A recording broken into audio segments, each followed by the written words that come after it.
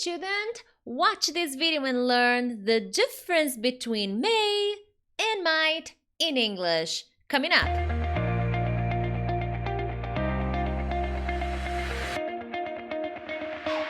Hey friends, Teacher Prix here to help you talk to anyone, anywhere, anytime in English.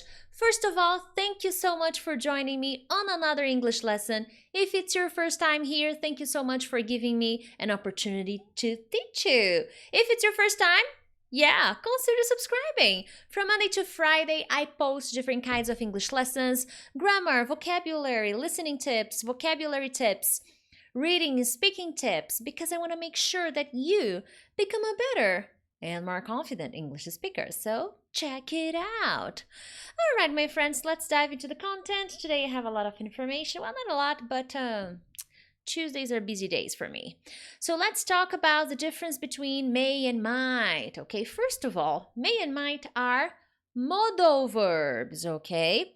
I have some videos here on my channel where I talk about modal verbs. If you want more lessons about modal verbs and the difference between them, let me know and I can create something for you guys. Now, both may and might, as I said, are modal verbs and they are super similar, okay? They're very, very similar. There are some small differences, slight, very little, tiny differences between them, but there are, okay? Now, one thing that you need to understand, and that's the first thing I want to talk about here on this second slide. May and might are not as commonly used as they used to be, in the past. 100 years ago. No, they're not so common anymore. As the language evolves, as society evolves, as technology evolves, the language evolves too. So it's not about speaking the English from the books anymore, but about catching up with the evolution of the language. So I'm gonna give you the correct explanation of may and might, but keep in mind that these words are not as popular as they used to be, okay? Now, Teacher Prix, I write formal papers for college, for university. Okay, then may be used, but might not so much. It depends, okay? So if you are in a very formal environment, I would need to understand the scenario, analyze the situation, and give you some options. But here I'm talking about everyday communication, whether you are traveling or on a business meeting or talking to native speakers. Try to keep up with the evolution of the language. May and might are not so popular, but they still use it, but not as much as they used to in the past, okay? Now, may. May can be used to ask for permission. And guys, before I give you the complete explanation about may, oh my God,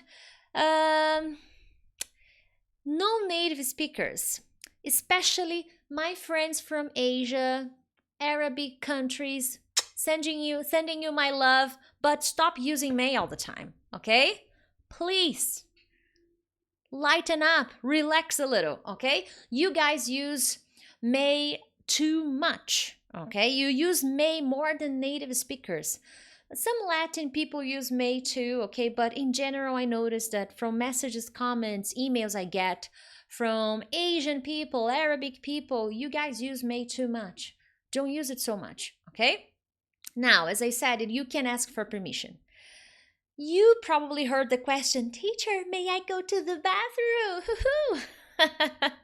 How old are you? Are you 10? Are you 9? Are you 5? Well, that's what I mean. We usually use these questions. We hear native speakers using these questions when they're kids. And they really have to ask for permission because they're kids, okay? They're learning. So you will see kids using this in schools. But as you grow, as you become an adult, an independent person, may is not as used, okay? It's not as commonly used anymore. So if you need to ask for permission, you are an adult, okay? Remember that if you want to pee, you will go. If it's an emergency, you have to go. What if I look at you and say, no, you may not go? you will. It's like, screw you, I'm going. Well, so what I'm trying to say, in the real world where you talk to native speakers in a restaurant or in a meeting, in a conference, you will use a different word, okay? You will use a different kind of question. So if you need to ask for permission, then, hey, Priscilla, could I go to the bathroom? Of course. Please.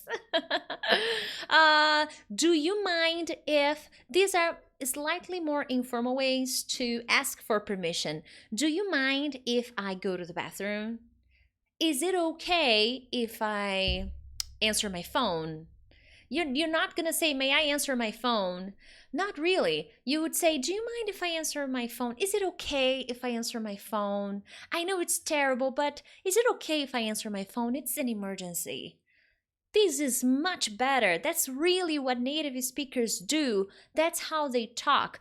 If they are at a meeting and their phone rings, they're not gonna look at you and say, may I use the phone? May I answer my phone? They're not gonna say that. They will probably say, excuse me, but I gotta take this. That's really the business world, how it works. If you look at your boss and you say, hey, may I answer my phone? He'll be like, sure, go. It would be better to say, excuse me, I have to take this. It's an emergency. I'll be right back. Guys, I'm sorry. Do you mind if I go outside to answer this phone call? It's really urgent. That's how you talk in the real world, okay? So the first idea of may is to ask for permission. Can you do that with might? Nope. Simple. You do not use might to ask for permission.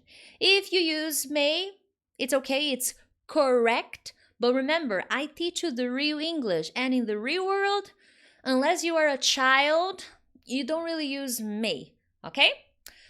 Awesome, moving on. May again. May is also used to talk about possibility. This is where things get interesting, okay?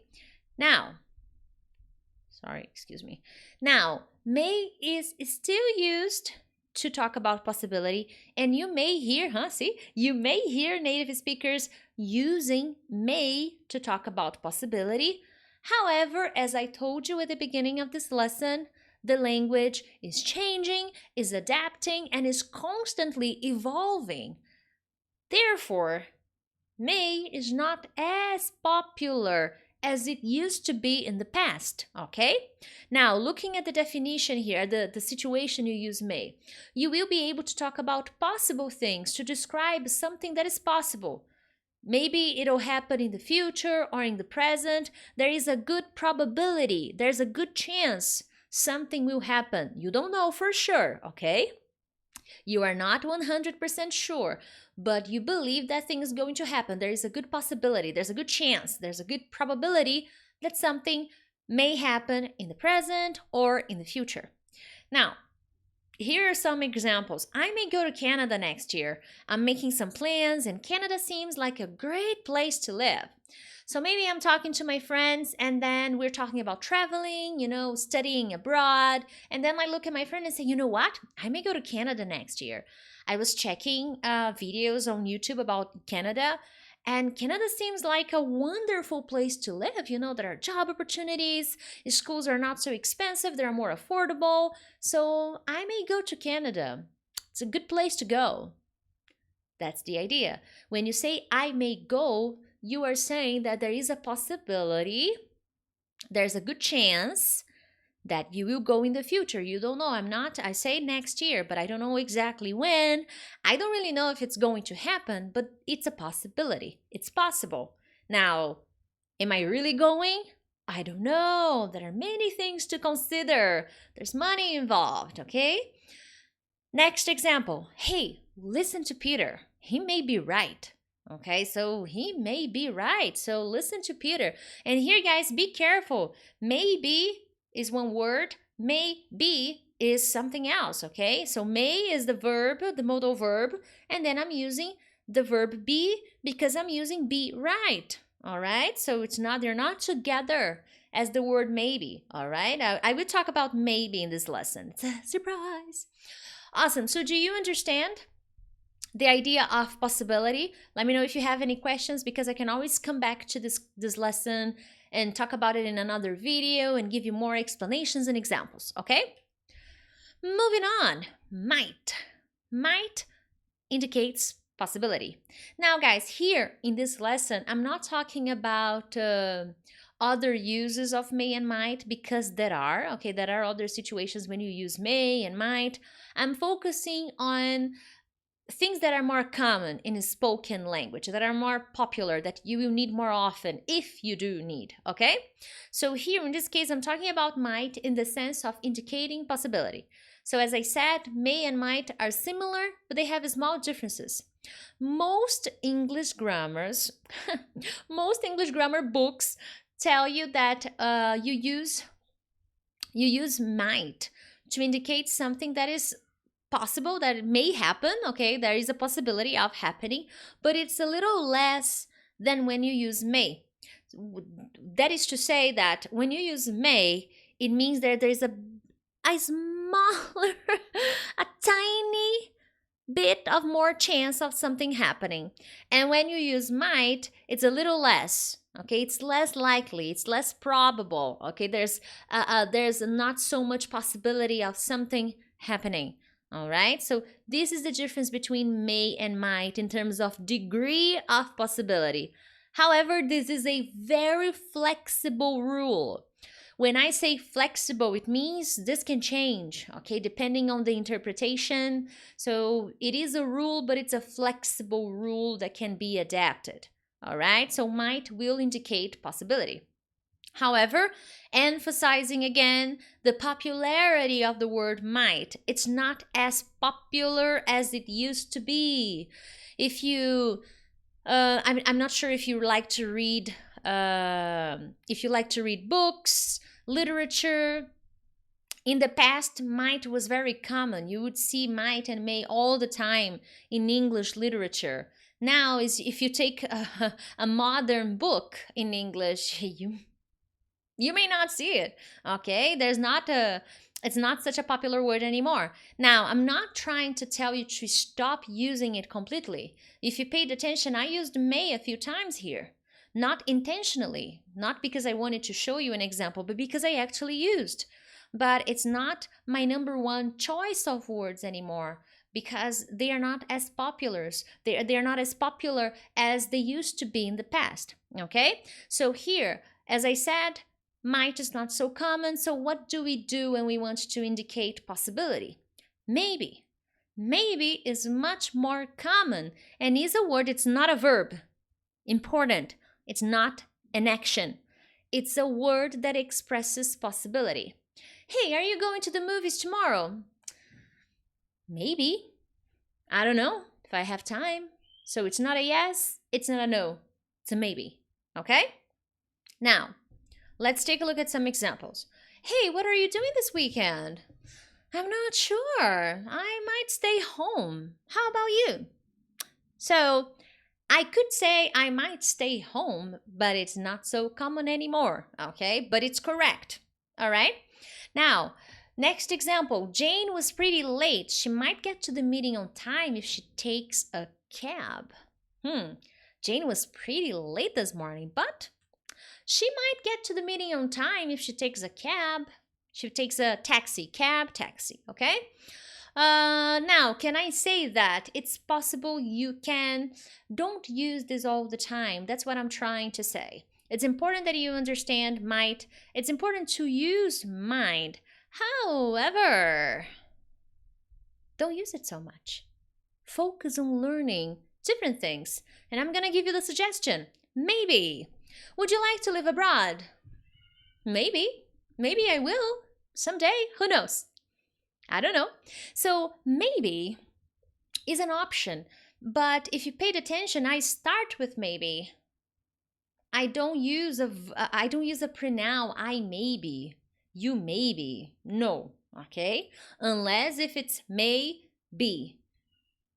If I need the word be. Okay? So would you like to live abroad? Maybe. Maybe I will. Someday. Who knows? Can I use might? Yes. Would you like to live abroad? Well, I might. Who knows? I might. The difference here is might is a modal verb, so you cannot start with might. Might. Yeah, who knows? You can do that with maybe. Maybe. Who knows? It's a good idea. Sounds like a good plan.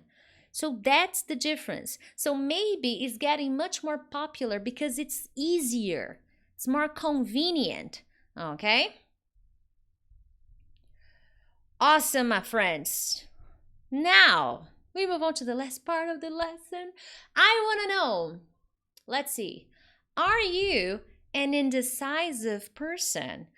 What is an indecisive person? Is a person that never knows.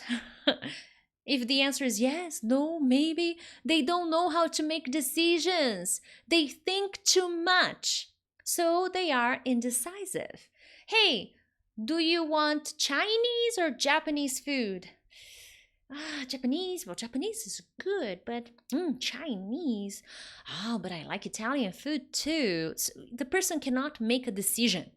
Brother, Chinese or Japanese, not Italian. Okay, so an indecisive person is a person that cannot make decisions very easily. Okay? Let me know in the comments. Come back in the comments to let me know if you are an indecisive person or not. Or maybe, are you? Anyways, my friends, if you enjoyed this lesson, make sure to hit the like button and share this lesson with your friends. Other than that, thank you so much, and I will see you tomorrow for another English lesson. Bye-bye.